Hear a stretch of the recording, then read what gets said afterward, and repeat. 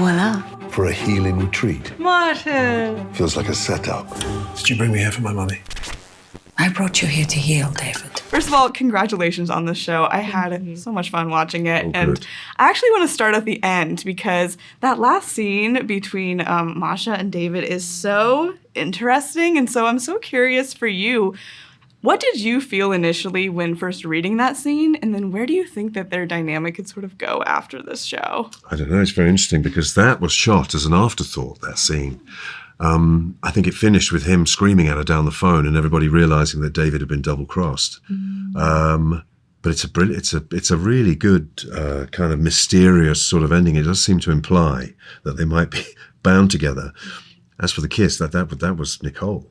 That wasn't on the page. She just pulled that out, which gave it another sort of sense of weirdness that I think was really cool. Yeah, absolutely. Yeah. It left me with so many questions. Oh, good. And desperately hoping for another season after this. But I also want to talk about that revelation that Wolfie is actually the one who was sort of chosen to be there because they, of course, thought that it was Tina as always. And I feel like that revelation really shifts their dynamic a bit. So I'm curious if you can sort of talk about the change that revelation did to their relationship. Yeah, I mean, I think she's lived her whole relationship, the last 6 years, in Tina's shadow, and voluntarily so. But she'd kind of forgotten who her own identity was. And that moment is like, wow, I can be the main character, actually.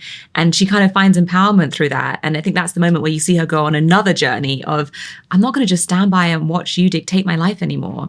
And it's a huge break that happens for her there with her and Tina. And it's like suddenly the veil's ripped off and she sees Tina for the first time. And does she like what she sees or not? Are they compatible or not? And a lot of those questions come pouring in. You both play halves of these really fascinating romantic relationships and ones that feel very natural and lived in. So I'm curious if you can talk about working, you with King Princess and you with Nicole. How did you sort of develop that chemistry? Because I feel like it really shines through when you watch it. Thank you. I think, we met up before we even started filming. We ran all the scenes together. Did you? We hung out. We had dinner. So I think that helped just create that organic energy. And then when we got to set, because it was her first time ever acting, we just threw everything out the window and we're like, let's just play. Let's just have fun. Let's just see what spontaneously comes to the moment. And I think that gave it an organic texture because it was unpredictable and real. It does feel very real. Yeah. It's really, believable. Nicole and I had worked together 10 years ago. We'd done a movie together. So I think, she would have had to sort of have a say in who was going to be playing David because we get pretty intimate. Yes. So I think the fact that we had worked together meant that we were friends, we knew each other, and she felt comfortable with me, and I certainly did with her. And she's great to act with. So she makes the whole thing completely believable. Yeah, absolutely. You both are playing people under the influence for a good majority of this show, which I imagine presents some really interesting and unique acting challenges. So I'm curious, what's the most difficult part about playing someone on drugs, and what do you think the most common mistake that actors make when trying to do that is? I mean, I think the most common mistake is trying to play someone on drugs.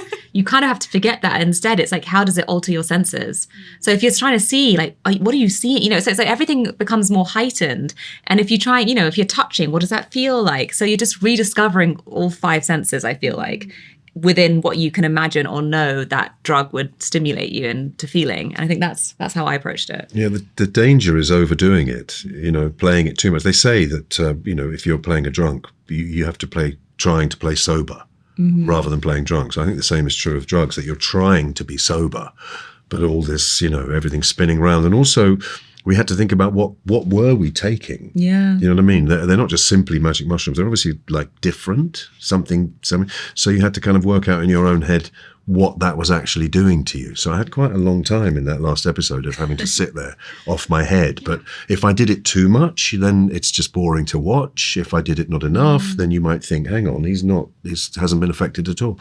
So it was really pitching it and finding a way of doing it without overdoing it. Yeah, well, rest assured it was never boring to watch. I absolutely loved watching both of you, and I can't wait for everyone to get to see you guys in the show. Thank you so much for your time. Thanks. Thank you.